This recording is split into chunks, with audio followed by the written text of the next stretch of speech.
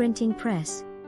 The printing press is a device that allows for the mass production of uniform printed matter, mainly text in the form of books, pamphlets and newspapers. Created in China, the printing press revolutionized society there before being further developed in Europe in the 15th century by Johannes Gutenberg, and his invention of the Gutenberg Press. When was the printing press invented? No one knows when the first printing press was invented or who invented it, but the oldest known printed text originated in China during the first millennium AD. The Diamond Sutra, a Buddhist book from Dunhuang, China from around 868 AD during the Tang Dynasty, is said to be the oldest known printed book. The Diamond Sutra was created with a method known as block printing, which utilized panels of hand-carved wood blocks in reverse. Some other texts have survived from Dunhuang as well, including a printed calendar from around 877 AD, mathematic charts, a vocabulary guide, etiquette instruction, funeral and wedding guides, children's educational material, dictionaries and almanacs. It was during this period of early printing that rolled-up scrolls began to be replaced by book-formatted texts. Woodblock printing was also used in Japan and Korea at the time, and metal block printing was also developed at some point during that period, typically for Buddhist and Taoist texts. Bi Sheng. Movable type, which replaced panels of printing blocks with movable individual letters that could be reused, was developed by Bi Sheng, from Yingshan, Hubei, China, who lived roughly from 970 to 1051 AD. The first movable type was carved into clay and baked into hard blocks that were then arranged onto an iron frame that was pressed against an iron plate. The earliest mention of Bi Sheng's printing press is in the book Dream Pool Essays, written in 1086 by scientist Shen Kuo, who noted that his nephews came into possession of Bi Sheng's typefaces after his death. Shen Kuo explained that Bi Sheng did not use wood because the texture is inconsistent and absorbs moisture too easily, and also presents a problem of sticking in the ink. The baked clay cleaned up better for reuse. By the time of the Southern Song Dynasty, which ruled from 1127 to 1279 AD, books had become prevalent in society and helped create a scholarly class of citizens who had the capabilities to become civil servants. Massive printed book collections also became a status symbol for the wealthy class. Wang Chen. Woodtype made a comeback in 1297 when Ching-te magistrate Wang Chen printed a treatise on agriculture and farming practices called Nung Shu. Wang Chen devised a process to make the wood more durable and precise. He then created a revolving table for typesetters to organize with more efficiency, which led to greater speed in printing. Nung Shu is considered the world's first mass-produced book. It was exported to Europe and, coincidentally, documented many Chinese inventions that had been traditionally attributed to Europeans.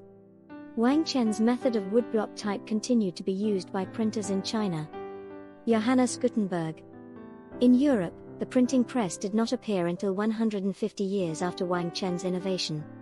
Goldsmith and inventor Johannes Gutenberg was a political exile from Mainz, Germany when he began experimenting with printing in Strasbourg, France in 1440.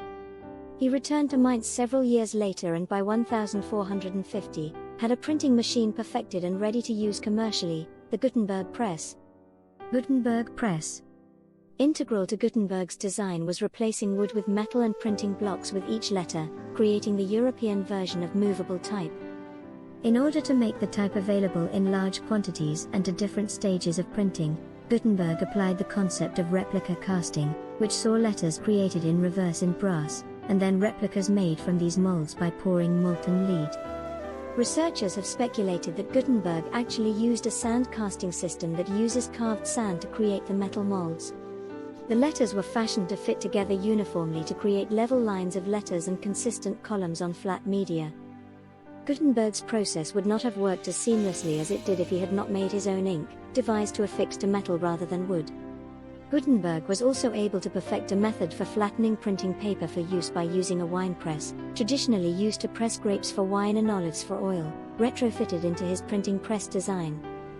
Gutenberg Bible. Gutenberg borrowed money from Johannes Fuss to fund his project, and in 1452, Fuss joined Gutenberg as a partner to create books. They set about printing calendars, pamphlets and other ephemera. In 1452, Gutenberg produced the one book to come out of his shop, a Bible. It's estimated he printed 180 copies of the 1,300-paged Gutenberg Bible, as many as 60 of them on vellum. Each page of the Bible contained 42 lines of text in Gothic type, with double columns and featuring some letters in color.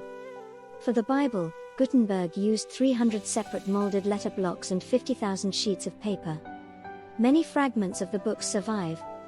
There are 21 complete copies of the Gutenberg Bible, and 4 complete copies of the vellum version. Gutenberg's later years. Peter Schoeffer.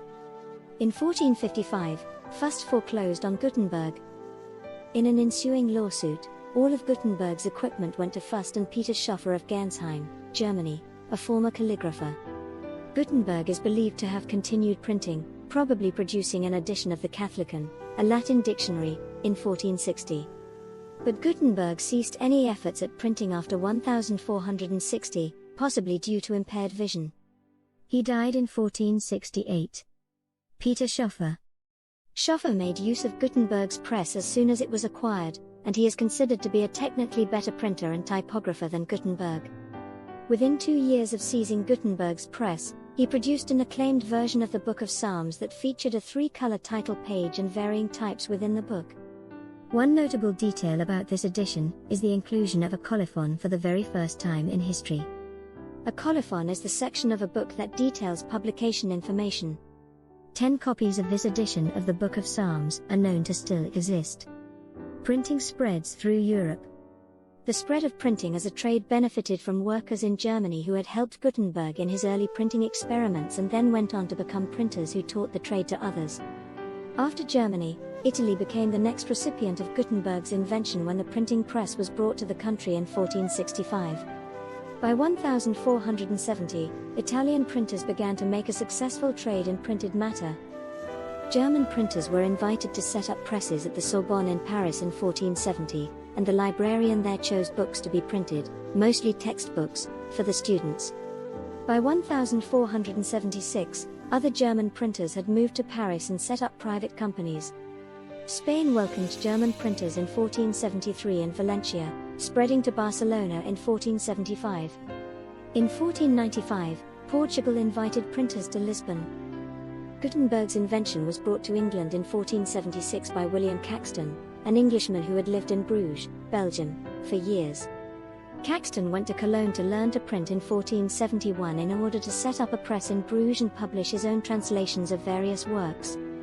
After returning to England, he set up a press in Westminster Abbey, where he worked as a printer for the monarchy until his death in 1491. Printing press changes the world. The worldwide spread of the printing press meant a greater distribution of ideas that threatened the ironclad power structures of Europe. In 1501, Pope Alexander VI promised excommunication for anyone who printed manuscripts without the Church's approval. 20 years later, books from John Calvin and Martin Luther spread, bringing into reality what Alexander had feared. Furthering that threat, Copernicus published his On the Revolutions of Heavenly Spheres, which was seen as heresy by the Church. By 1605, the first official newspaper, Relation, was printed and distributed in Strasbourg. Newspapers appeared all across Europe, formalizing the printing press contribution to the growth of literacy, education and the far-reaching availability of uniform information for ordinary people.